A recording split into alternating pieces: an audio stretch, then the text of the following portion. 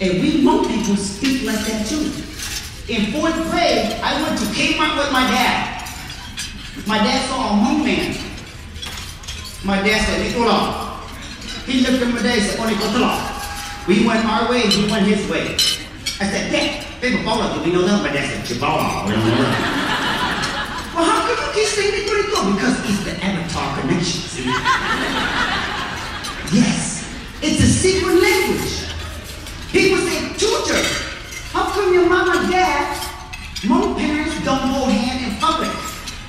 When I was in grade school, my friend Bobby, who's American, born here, he went to conference.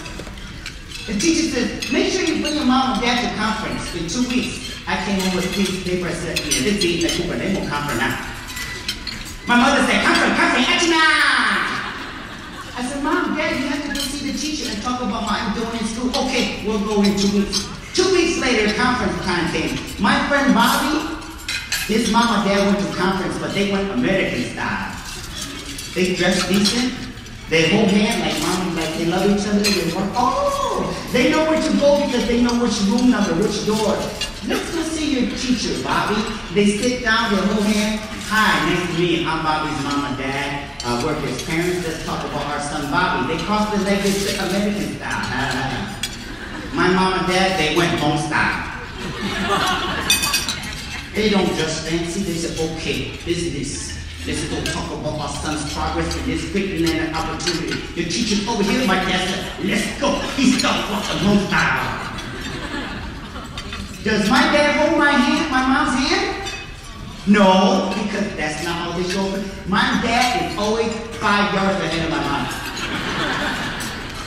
And my mom said, oh, tell me, people, wait, the school's so big, I'm gonna get lost, wait for me. And follows my dad, and they get lost, but they don't know which room to go to. They finally find the teacher. Do they sit like my friend Bobby's mom and dad? No, they sit home style. The teacher said, are you TouGer's mom and dad? TouGer is doing good in reading and spelling. He needs to work on his math. They don't speak English. They don't understand it. They don't know what the teacher's saying, but they still say this. Yeah.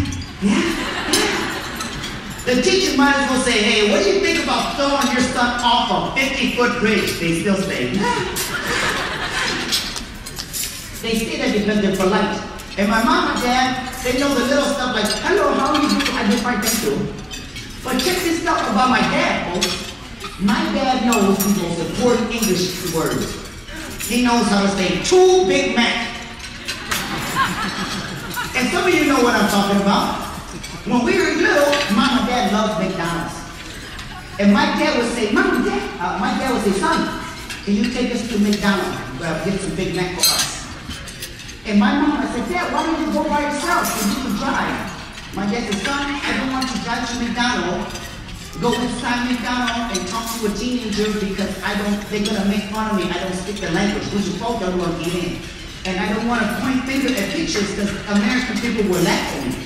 So I would rather not eat even though I want Big Mac. So we told my dad. We said, Dad, Mom, you can go McDonald's. You don't have to talk to anyone.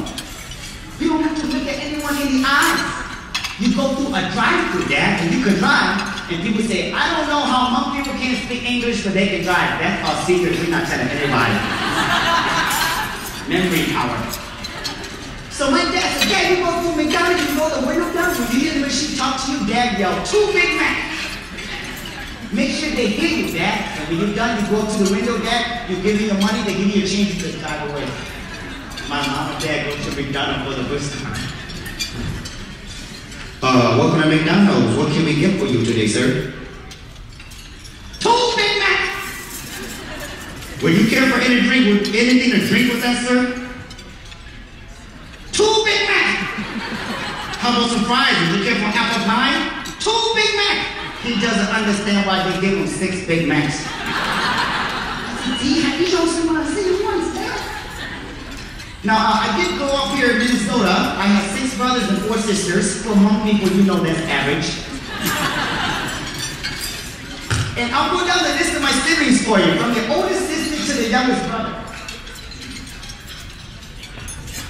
Our names are Mai Si, Mo, Shua, A, Me, Yang, Molai, Tou Ger, Miley, Carter, and Jeffrey. people know by the names where they were born, right? My brother Carter was actually born in the refugee camp in Thailand. In 1978, we were coming to America. My father said, "Who is the great leader of America?" At the time, President Jimmy Carter. I have a Hmong brother named after a living president at the time. And I can't help but think, wait a minute. Had George Bush been president at the time, I'd have a little Hmong brother named Bush running around. Thank goodness. Can you imagine going to a Hmong bar, hitting on a girl? Hey, what's your name? What's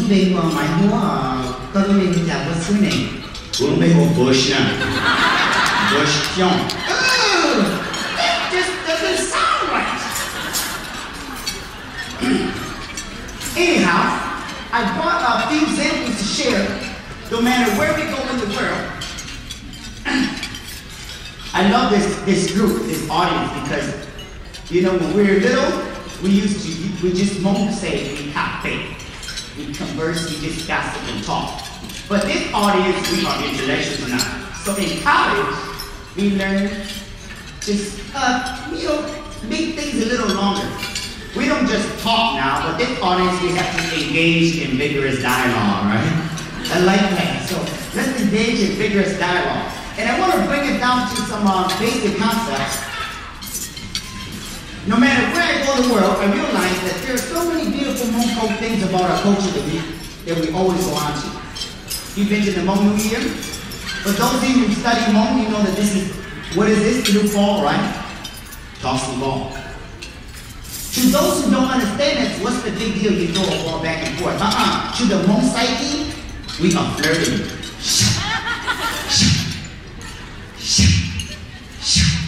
Ooh, I really like her. Yes. And if you drop the ball, you have to sing a song to me, or give me an earring or a bracelet.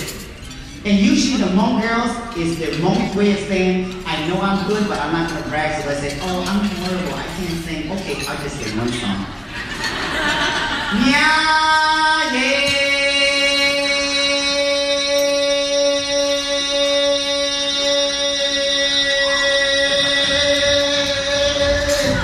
Sometimes they hold, they're so talented. These sisters hold their breath for so long. I tell them, breathe, breathe, so you don't fall over.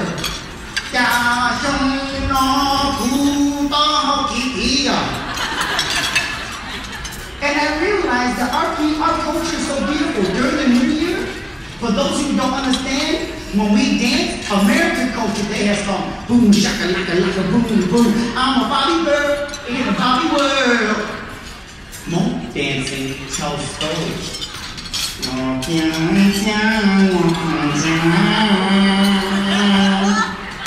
And at first, I thought that's cool.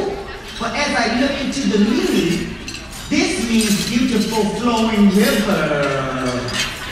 This means I pick the corn during the harvest and throw in my basket.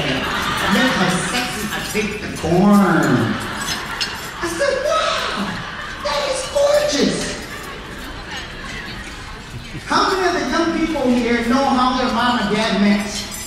You want some humor in your family? For those of you who were born in this country, go home and ask, Nancy, and she's eating Ghana. Mom, Dad, how you guys meet? Dad, did you kidnap my mom? I would ask my dad, Dad, how did you get my mother to fall in love with you? Did you call her on a cell phone? Did you take her to see a movie? Did you go see Titanic? No. My dad said, me too. I will hike over to your mother's village in the middle of the night after a long day working. And I will bust out my tongue down. If it was dark, I did not have a flashlight, so I would light a torch. And I would walk for hours.